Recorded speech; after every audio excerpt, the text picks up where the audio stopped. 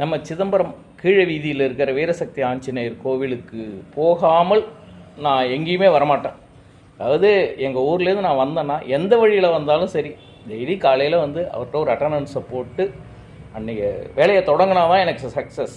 ஏன்னு கேட்டிங்கன்னா, இதுவரையிலும் எனக்கு தெரிஞ்சு அந்த சன்னதியில் நின்று எனக்கு இது வேணும், எனக்கு இது செய்ப்பா, எனக்கு இது மாதிரி கஷ்டமாக இருக்குது அப்படின்னு நான் சொன்ன காலகட்டங்கள் எல்லாவற்றையும் அந்த வீரசக்தி ஹனுமான் ஜெயமாக்கி கொடுத்துருக்கிறார்.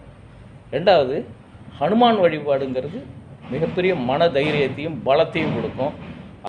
நானும் நிறையா பேரை பார்க்குறேன், என்ன மாதிரியே டெய்லி அங்கே வந்து சுவாமி கும்பிட்டுட்டு போகிறவங்க இருக்காங்க. அதுமாரி போகிற வர வாகனங்கள், பேருந்துகள் எல்லாமே நிறுத்தி அந்த இடத்துல சாமி கும்பிடுவாங்க. சிதம்பரத்தில் வைப்ரேஷனான கோவில் அப்படின்னு கேட்டிங்கன்னா அதில் இதுவும் ஒன்று. பயங்கர வைப்ரேஷன். அந்த ஆஞ்சநேயரை நின்று நீங்கள் ஒரு முறை மனதார வேண்டிக்கிட்டு போங்க, எல்லா காரியமும் வெற்றி. நீங்கள் ஆஃபீஸுக்கு போனாலும் சரி, வெளியூர் போனாலும் சரி, போய் நின்று நீங்கள் என்ன கோரிக்கை வச்சாலும் செவிசாய்க்கக்கூடியவர் இந்த வீரசக்தி ஆஞ்சநேயர். இன்றைக்கி பௌர்ணமி, ரொம்ப விசேஷமான நாள். முடிஞ்சால் ஈவினிங் போயிட்டு ஆஞ்சநேயரை வணங்குங்கள். நன்றி.